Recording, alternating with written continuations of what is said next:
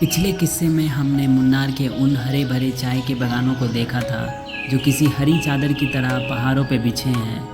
पर मुन्नार की मिट्टी में सिर्फ चाय की खुशबू नहीं है, यहाँ की हवाओं में चॉकलेट की मिठास और कॉफ़ी की कड़वाहट का एक अनोखा संगम है। बारिश की ये हल्की बूंदें और ये रास्ता, हम निकल पड़े हैं एराविकुलम नेशनल पार्क की ऊंचाइयों पर। 1978 से ये पहाड़ एक खास मेहमान की हिफाजत कर रहे हैं, नीलगिरी आहर। हम हैं एराविकुलम नेशनल पार्क में। चलते हैं आगे बस लगी है, वहाँ पे हम लोग बस लेंगे। कॉफ़ी, कोकोआ और टी ये सिर्फ स्टैट्स नहीं है। मुन्नार का हर एक पन्ना, हर एक टन प्रोडक्शन हज़ारों घरों की कहानी बयां करता है जो दुनिया भर के हर सुबह के एक कप तक पहुंचती है।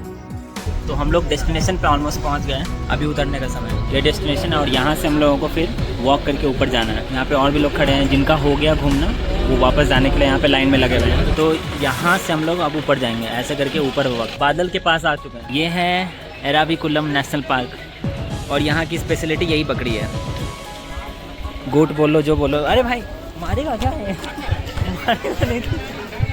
अभी मैं डर गया था, बहुत ही पास आ गया था मेरे। बारिश के चलते ये सेटअप।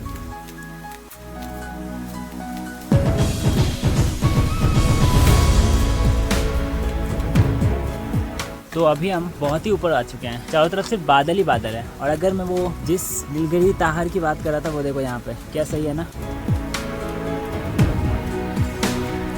एपिक।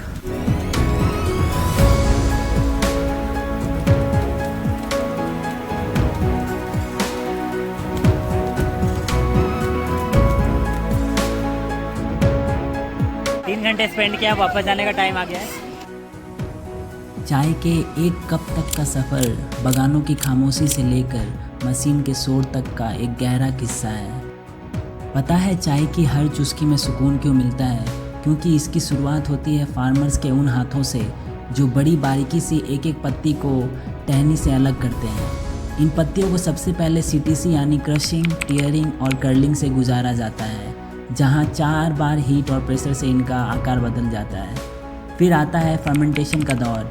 वेंटिलेटेड सिलेंडर्स में इन्हें वक्त दिया जाता है ताकि इनकी केमिस्ट्री बदले, मिठास बढ़े और कड़वाहट कम हो जाए। अंत में हीट मशीन्स इन्हें ड्राई करके छोटे दानों का रूप देती हैं, जिन्हें उनके साइज़ के हिसाब से अलग कर लिया जाता है। तब जाकर तैयार होती है वो चाय जो आपकी हर सुबह को ताजगी से भर देती है। मैंने देखा अभी कि टी का प्रोडक्शन कैसे होता है। अब हम लोग जा रहे हैं यहाँ से, एक कल्चरल शो है, 6 बजे स्टार्ट होगा, वहाँ जाते हैं। लेकिन मुन्नार सिर्फ कुदरत का करिश्मा नहीं है। शाम ढलते ही यहाँ की मिट्टी अपने पुराने रंग दिखाती है। कथकली, जहाँ चेहरे के रंग और आँखों की हर एक हरकत 17वीं सेंचुरी की पुरानी कथाओं को दोबारा जिंदा कर देती है। और वहीं दूसरी तरफ कलारीपायट्टू का शोर जो हमें याद दिलाता है कि धरती जितनी सुकून भरी है उतनी ही ताकतवर भी। मुन्नार एक किताब की तरह है जिसे जितना पढ़ो उतना कम है।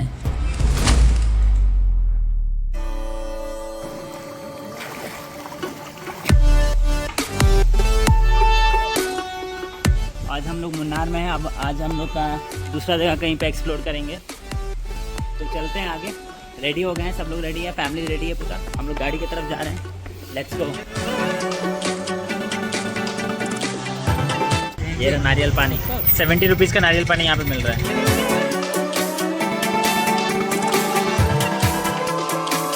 तो यहाँ से अगर मैं चिल्लाऊंगा जोर से तो आवाज़ पूरी गूंजने वाली है। लेट्स सी, कोई है क्या? थोड़ा सा गूंजा है, वो शायद इधर सुनाई नहीं देगा, बट गूंज रही है यहाँ पे आवाज़। That's why echo point.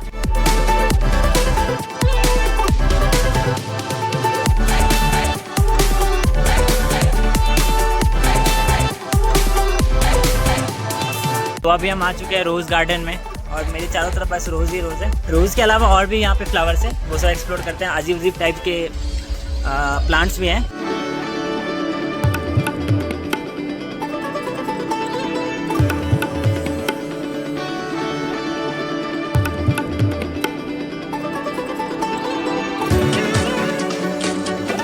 Day 2 हमारा मुन्नार में ख़त्म और हमने रूम क्लीनिंग करने के लिए बोला था और पहले मैंने रूम दिखाया भी नहीं था, तो मैं वापस दिखा देता हूँ कि जब हम एंटर किए थे तो कैसा स्टेट में था हमारा रूम। बेसिकली ये डबल बेड का ही रूम होता है, क्वीन साइज़, बट एक्स्ट्रा हमने लगाया क्योंकि हमारा फैमिली है।